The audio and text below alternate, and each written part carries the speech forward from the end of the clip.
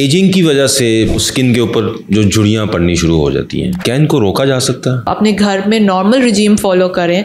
आप सिरम्स ले सकते हैं, एंटी एजिंग क्रीम्स होती हैं, आप वो कर सकते हैं। औरतें आगे कहती हैं जी हमारी स्किन पे ग्लो खत्म हो गया है, तो आप अपनी नेचुरली मेंटेनेंस करो। इसके कुछ साइड इफेक्ट्स तो आप बता दें।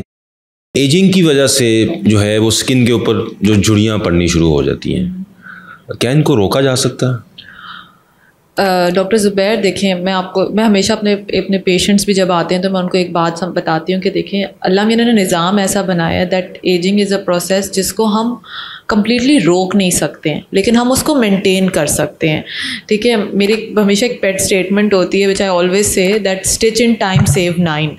अगर हम वक्त पे ट्रीटमेंट कराना स्टार्ट कर देंगे इट वॉन्ट गो वर्स्ट। और इनफैक्ट आपके अदर भी दूसरे मेडिकल उसमें भी कि अगर आपकी बीमारी पहले पता चल जाती है तो वो मज़ीद ख़राब होने से पहले अगर उसका इलाज टाइम पे स्टार्ट हो जाए तो वो और ख़राब नहीं होती। इसी तरह स्किन का भी ये है। अब जाहिर सी बात है जब हम लोग 30s क्रॉस करते हैं तो हमारा मेटाबॉलिज्म स्लो होता है, हमारी बोन्स वीक होना स्टार्ट हो जाती है, तो इसी तरह हमारा स्किन का कोलेजन इलास्टिन भी है वो भी लूजन अप होना स्टार्ट हो जाता है। तो इट्स वेरी नेसेसरी कि हम कुछ ना कुछ मेंटेनेंस करवाएं।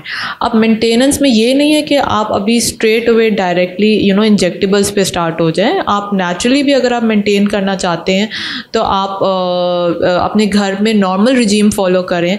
आप सिरम्स ले सकते हैं। ठीक है, आप इतने मार्केट में अवेलेबल सिरम्स हैं, आप हाइलुरोनिक एसिड का सिरम है वो आप अप्लाई कर सकते हैं क्योंकि वो आपकी नेचुरली स्किन को हाइड्रेट रखेगा, आपके फाइन लाइन रिंकल्स को कम करेगा। उसके बाद आपके रेटिनॉल के सिरम्स हैं, नियासिनामाइड के सिरम्स हैं जो कि मार्केट में बहुत ईज़िली अवेलेबल हैं। एंटी एजिंग क्रीम्स होती हैं, आप वो कर सकते हैं।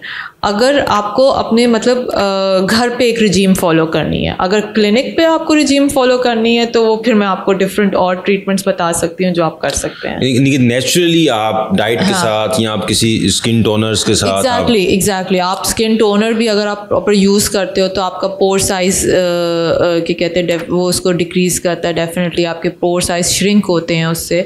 उसके बाद आप अपनी डाइट अगर आप प्रॉपर रखें, हम लोग तो मोस्टली जो ख्वातीन होती है वो तो diet all the time they're on a diet, हर वक्त डाइट कर रही होती हैं। तो ऑब्वियसली जब आपके प्रॉपर न्यूट्रिशंस भी नहीं जाते हैं तो that also effect on your skin. फिर आपका एक्सपोजर कैसा है, सन एक्सपोजर कैसा है, आपका बाहर कितना उठना बैठना है, आपका बाहर जैसे आपको कितनी पिगमेंटेशन हो रही है, आपकी डार्क स्किन हो रही है। तो देयर आर मल्टीपल रीजंस आपकी जो स्किन में इन्वॉल्व होते हैं। चलिए ये तो हो गया कि हमने मेंटेन कैसे करना है। झुर्रियाँ पर आपकी पड़ चुकी हैं तो उसका कोई ट्रीटमेंट है एस्थेटिक्स में? डेफिनेटली आप अगर आपके झुर्रियाँ जैसे आपके आते हैं, हमारे पास पेशेंट्स आते हैं फॉर इंस्टेंस आपके क्रॉस फीट हो रहे हैं, ठीक है, जैसे आप स्माइल करते हैं तो हमारे यहाँ पे लाइंस आना स्टार्ट हो जाती हैं उसके लिए, और फोर हेड्स पे जैसे हमारी लाइंस आती हैं, ठीक है, जो एजिंग की एक स्पेसिफिक होता है जिससे आपकी एज रिफ्लेक्ट होती है, उसमें हम लोग बोटॉक्स पेशेंट को रेकमेंड करते हैं। ये हमारा 5 to 6 months तक रहता है और उसके बाद have to repeat another section, दोबारा आपको सेशन कराना होता है। बट आप आहिस्ता आहिस्ता जब कराते रहते हो तो ऑब्वियसली फिर आपको बहुत ज़्यादा नीड नहीं पड़ती है। उसके बाद अगर आपका जैसे फेस है, अगर आपका फेस पे आपका वॉल्यूम लॉस हो रहा है तो उसमें हम फिलर्स करते हैं। फिलर से क्या होता है कि आपकी जो आपका जो एक डीप संकन फेस लगता है वो आपका उस तरह नहीं लगता है, उससे एक फुल लुक आ जाता है। और फिर अगर आपको मेंटेनेंस करनी है तो मेंटेनेंस में अभी स्किन बूस्टर्स बहुत हमारे मार्केट में अवेलेबल हैं और वो बहुत अच्छी ट्रीटमेंट है आपकी स्किन मेंटेनेंस के लिए। स्किन बूस्टर्स में हमारे डिफरेंट टाइप्स के स्किन बूस्टर्स हैं जिसमें मेनली जो हाइलुरोनिक एसिड जो हम टॉपिकली अप्लाई करते हैं, एक हमारे पास नॉन क्रॉसलिंक हाइलुरोनिक एसिड होता है जो हम डीप स्किन में इंजेक्ट करते हैं। अच्छा। जब हम अंदर स्किन में डीप इंजेक्ट करते हैं उससे क्या होता है कि हाइलुरोनिक एसिड आपका जाके जब स्किन में अंदर जाता है जाता है तो आपको अंदर स्प्रेड होकर नेचुरली आपकी स्किन को मॉइस्ट रखता है। जब आपकी स्किन नेचुरली अंदर से मॉइस्ट रहती है तो आपके फाइन लाइन रिंकल्स कम फॉर्म होते हैं। एक ये हो गया। फिर उसके बाद आपके पॉलीन्यूक्लियोटाइड्स हैं, पॉलीन्यूक्लियोटाइड बूस्टर्स हैं या PDRN बूस्टर्स हैं, और आजकल एक बहुत घूम आया हुआ है एक्सोसोम्स के बारे में, everyone is talking about exosomes. तो PDRN और जो पॉलीन्यूक्लियोटाइड्स हैं that is also an anti ageing boosters जो आपके नेचुरली कोलेजन इलास्टिन को टाइटन अप करके आपकी स्किन को टाइट और लिफ्ट करते हैं।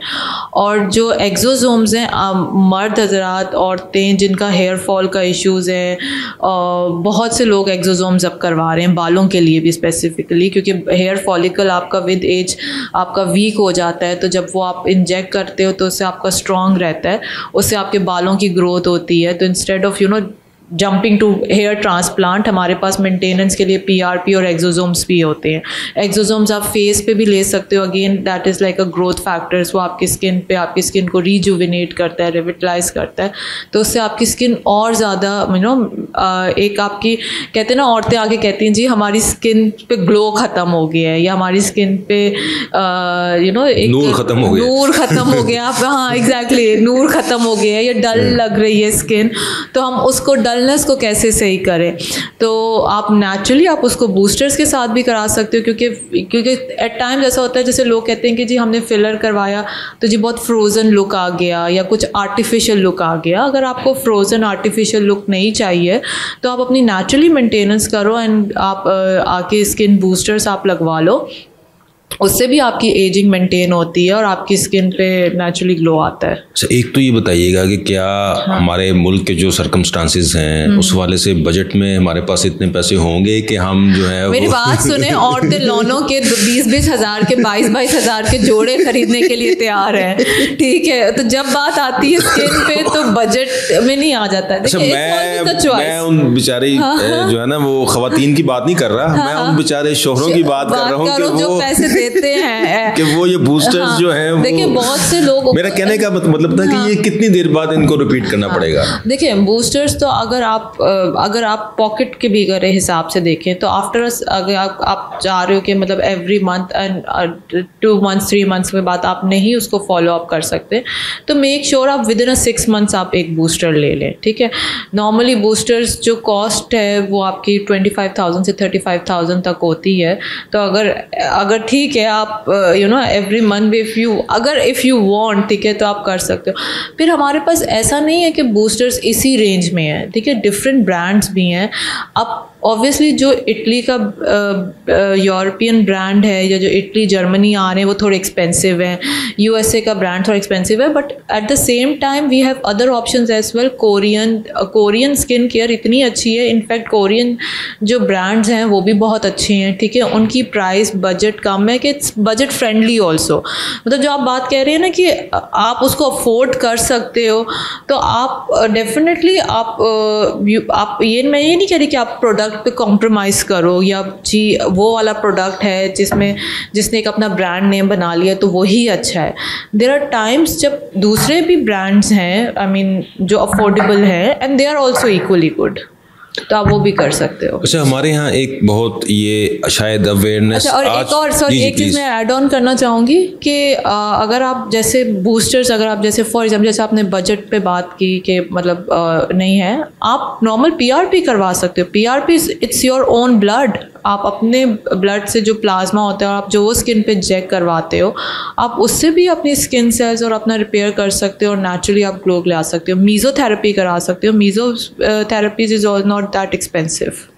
अच्छा, इनकी एक हमारे यहाँ एक बड़ी ये क्वेश्चंस भी आते हैं, हमने पहले भी एक पॉडकास्ट किया था कि इसके कुछ साइड इफ़ेक्ट्स तो आप बता दें कि ये फॉर एग्जांपल मेरा मतलब ये नहीं है, मतलब कि side effects in the mean के अगर हम किसी अनक्वालिफाइड एस्थेटिशियन से या उस तरह के उससे करा लेते हैं तो इसके नुकसानात क्या क्या हो सकते हैं? डॉक्टर ज़ुबैर, देखिए सबसे पहले तो क्योंकि फेस का मामला है, ठीक है, आप जब इंजेक्ट भी करते हो तो आप आप प्लीज़ क्वालिफाइड एस्थेटिशियन या क्वालिफाइड डॉक्टर के पास जाओ, ठीक है। रैंडम नहीं जाओ कि आपको जिनका पता भी नहीं है और जो सिर्फ प्रैक्टिस करने के लिए आप पे कर रहे हैं। उसके बाद स्लाइटली जो साइड इफ़ेक्ट्स होते हैं विच इज़ मतलब अगर आप प्रॉपर अच्छे डॉक्टर के पास जा रहे हो, लेकिन आपके नॉर्मल हल्की इंजेक्टिंग पॉइंट स्वेलिंग होती है, ठीक है, वो आप जो हम भी करते हो, but it's very minimal, it's not like उसका down time 3 to 4 hour, 4 to 6 hours या 24 आवर्स होता है, 24 to 48 आवर्स होता है, नॉट मोर देन दैट, ठीक है। फिर ब्रूज 99% केसेस में नहीं होता है, 1% में हो भी सकता है, अदरवाइज इट्स कम्प्लीटली सेफ, ठीक है। कोई भी हम बहुत डीपली इन्वेसिव प्रोसीजर नहीं कर रहे हैं। हाँ, अगर आप obviously skin lift tight surgery proper पूरी करवाते हो, then you know the swelling और उसका जाने का ऑपरेशन का जो होती है वो उसका टाइम वो अलग होता है, बट ये आप समझें कि it's very minimally invasive procedure, इसमें इतना ज़्यादा एज सच कोई साइड इफ़ेक्ट्स नहीं होते अगर आप प्रॉपरली लाइक क्वालिफाइड डॉक्टर के पास जा रहे हैं, बिकॉज उनको पता है कहाँ पे नर्व पेन है, कहाँ पे इंजेक्ट करना है, तो दे नो देयर पॉइंट्स, ठीक है। क्योंकि अब जैसे आप बूस्टर भी लगवा रहे हैं तो उसमें टेक्निक्स होती हैं, जैसे हमारी बैप टेक्निक्स होती हैं, 5 पॉइंट टेक्निक्स होती है, या हम लोग फ्लेयरिंग टेक्निक से लगाते हैं, या जो हमें पता होता है कि कहाँ पे एंट्री पॉइंट बनाना है, कहाँ पे हमें इंजेक्ट करना है, तो we had like this idea अगर आप चाहते हैं। तो एजिंग को रोकने के लिए जो हैं वो स्किन बूस्टर्स जो हैं वो मार्केट में हैं, और आपको अगर किसी को ये प्रॉब्लम है झुर्रियों का, तो वो स्किन बूस्टर्स के जरिए जो है वो उसको सही कर सकता है। बहुत शुक्रिया डॉक्टर साहब, thank you so much, very much doctor Zubair for having.